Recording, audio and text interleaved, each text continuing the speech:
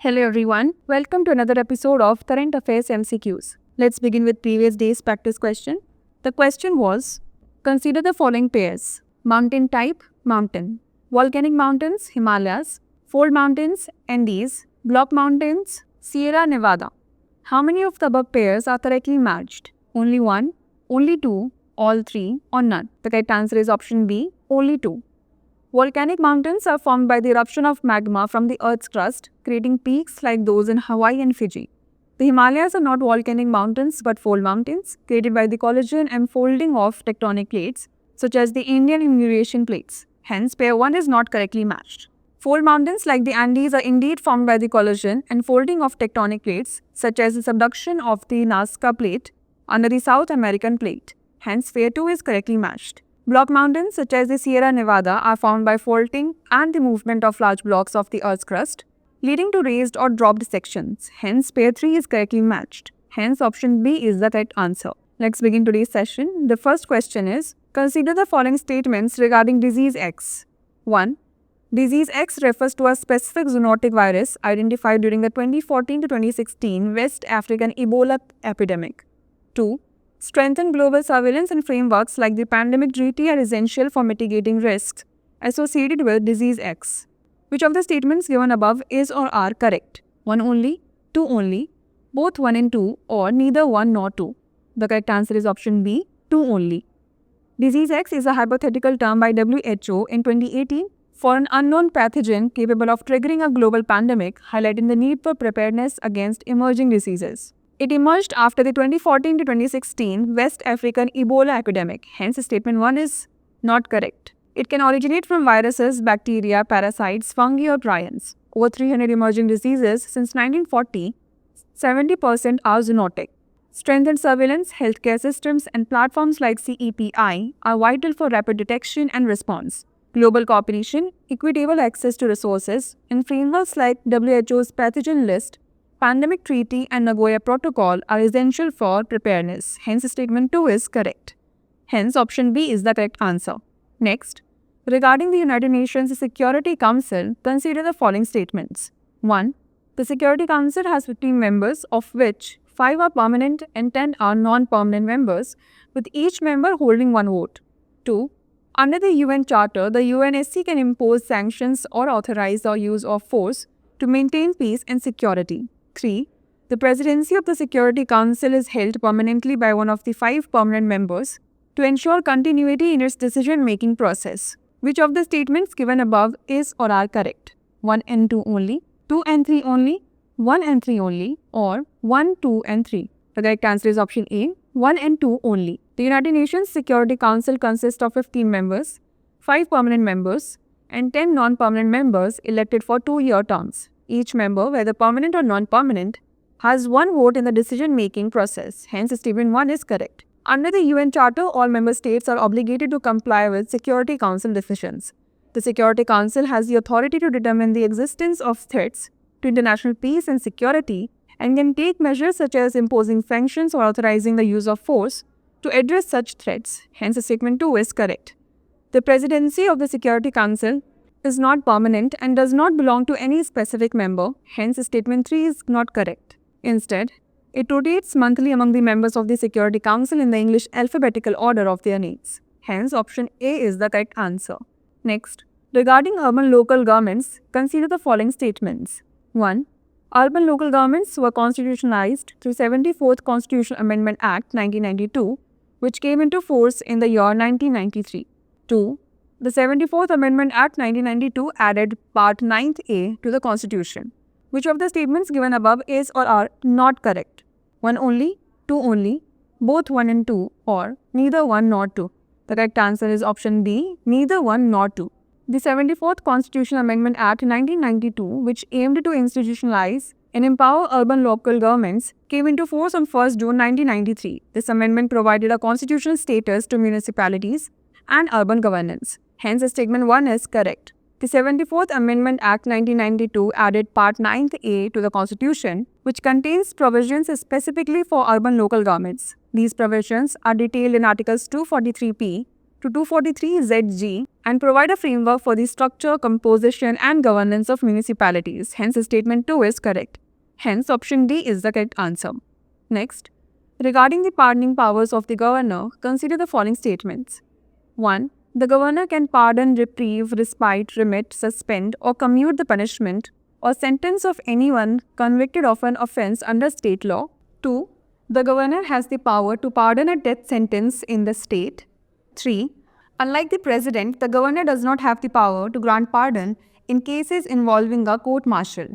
Which of the statements given above is or are correct? 1 only, 1 and 3 only, 2 and 3 only, or 1, 2 and 3? The correct answer is option B, 1 and 3 only. Under Article 161 of the Constitution, the governor has the power to pardon, reprieve, respite, remit, suspend, or commute the punishment or sentence of any individual convicted under state law. This power is explicitly tied to offences that fall within the jurisdiction of the state. Hence, statement 1 is correct. The governor does not have the power to pardon a death sentence, while the governor can suspend, remit, or commute a death sentence. The power to pardon a death sentence is exclusively vested in the President of India under Article 72. Hence, statement 2 is not correct. The President has the authority to grant pardons in cases involving court-martial under Article 72. However, Article 161 does not extend this power to the governor. The governor's pardoning powers are limited to offences under state laws and do not include cases related to military law or court-martial. Hence, statement 3 is correct. Hence, option B is the correct answer. Next, regarding the Places of Worship Act 1991, consider the following statements. 1. The Act prohibits the conversion of the religious character of any place of worship as it existed on 15 August 1947. 2. The Act provides an exemption for ancient monuments and archaeological sites of historical importance. 3. The Act mandates that disputes regarding the religious character of places of worship cannot be raised in any court of law after its enactment. Which of the statements given above is or are correct? 1 and 2 only, 1 and 3 only, 2 and 3 only, or 1, 2 and 3?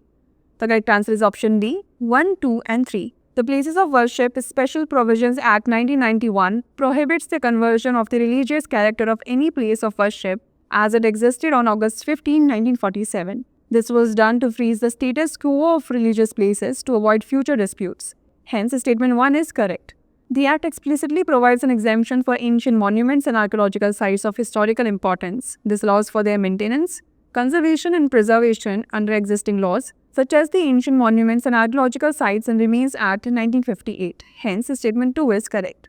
The Act bars the initiation or continuation of any legal disputes over the religious character of places of worship in any court of law after its enactment, thereby providing legal finality to the status quo. Hence, statement 3 is correct. Hence, option D is the correct answer. Next, regarding wetlands, consider the following statements. 1. Wetlands serve as ecotones, acting as a transitional zones between terrestrial and aquatic ecosystems. 2.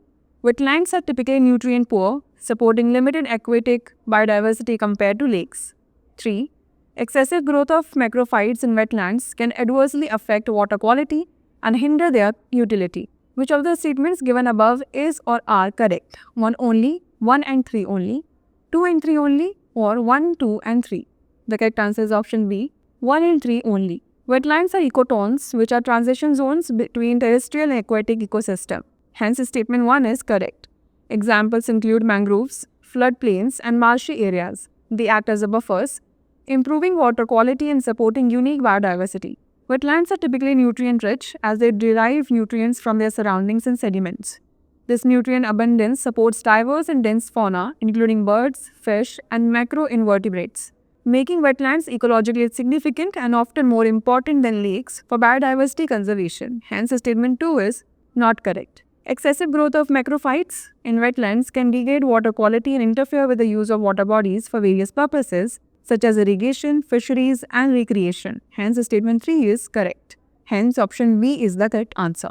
Next, the term deep state, often seen in the news, is best described as a shadowy network of powerful individuals or entities within a country that operates independently of the elected government to influence or control state policy, a geopolitical strategy employed by nations to extend their influence covertly in another country's political and economic systems, an underground network of non-governmental organizations working to promote global justice and human rights, or a clandestine alliance of intelligence agencies aimed at combating transnational organized crime and terrorism. The correct answer is option A, a shadowy network of powerful individuals or entities within a country that operates independently of the elected government to influence or control state policy. The term deep state refers to a hidden or covert network of influential individuals, institutions, or entities within a country that operates independently of the elected government. It influences or controls the state policies, often in ways that are not transparent to the public. This concept is frequently discussed in the context of conspiracies or allegations of unaccountable power structures and governance. Hence, option A is the correct answer. Next, regarding the National Education Policy 2020, consider the following statements. 1. NEP 2020 transitions from the traditional 10+2 system to a 5+3+3+4 structure, integrating early childhood care and education for children aged 3 to 6. 2. The policy mandates the use of English as the medium of instruction for all government schools up to grade 5 to ensure global competitiveness. 3. It aims to increase the gross enrollment ratio in higher education to 50% by the year 2035. How many of the statements given above is or are correct? Only one, only two, all three, or none? The right answer is option B, only two. The National Education Policy 2020 introduces a 5+3+3+4 system, replacing the earlier 10+2 system. This new structure includes early childhood care and education for children aged 3 to 6, ensuring a strong foundation in the formative years of learning. Hence, statement 1 is correct. The policy does not mandate English as the medium of instruction for all government schools. Instead, it promotes multilingualism, recommending that mother tongues or regional languages be used as the medium of instruction up to grade 5. This approach aligns with preserving India's linguistic diversity while supporting cognitive development. Hence, statement 2 is not correct. NEP 2020 aims to increase the gross enrollment ratio in higher education to 50% by 2035. Hence, statement 3 is correct. NEP 2020 aims to increase the gross enrollment ratio in higher education to 50% by 2035. Hence, statement 3 is correct. It also envisions adding 3.5 crore new seats in higher education institutions to achieve this ambitious target. Hence, option B is the correct answer. Next, consider the following statements related to Arctic Council. 1. It was set up in 1996 by the Reykjavik Declaration. 2. Denmark represents Greenland and Faroe Islands in the Council. 3. India has held observer status in the Council since 2013.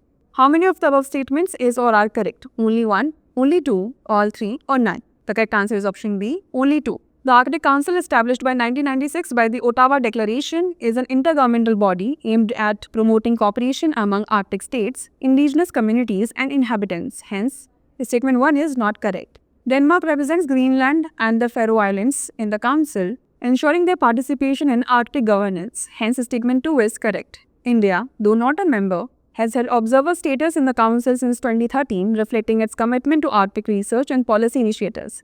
Hence, statement 3 is correct. Hence, option B is the correct answer. The last question is, consider the following statements related to India's performance in chess championships. 1.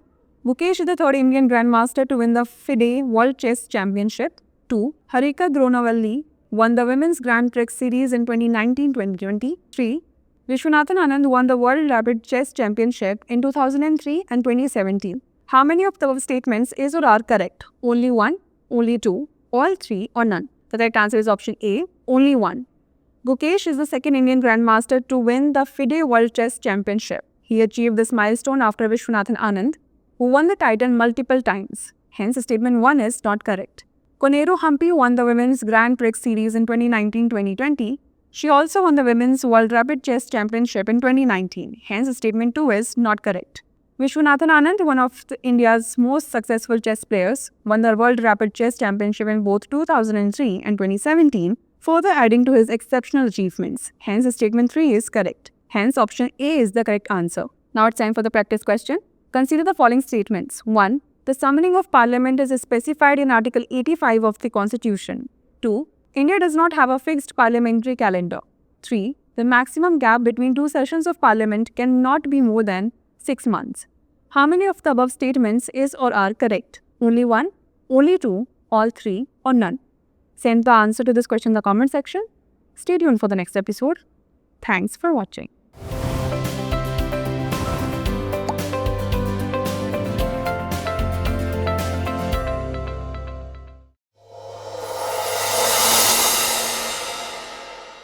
For more informative content, like, share and subscribe, and do not forget to press the bell icon to get the notifications.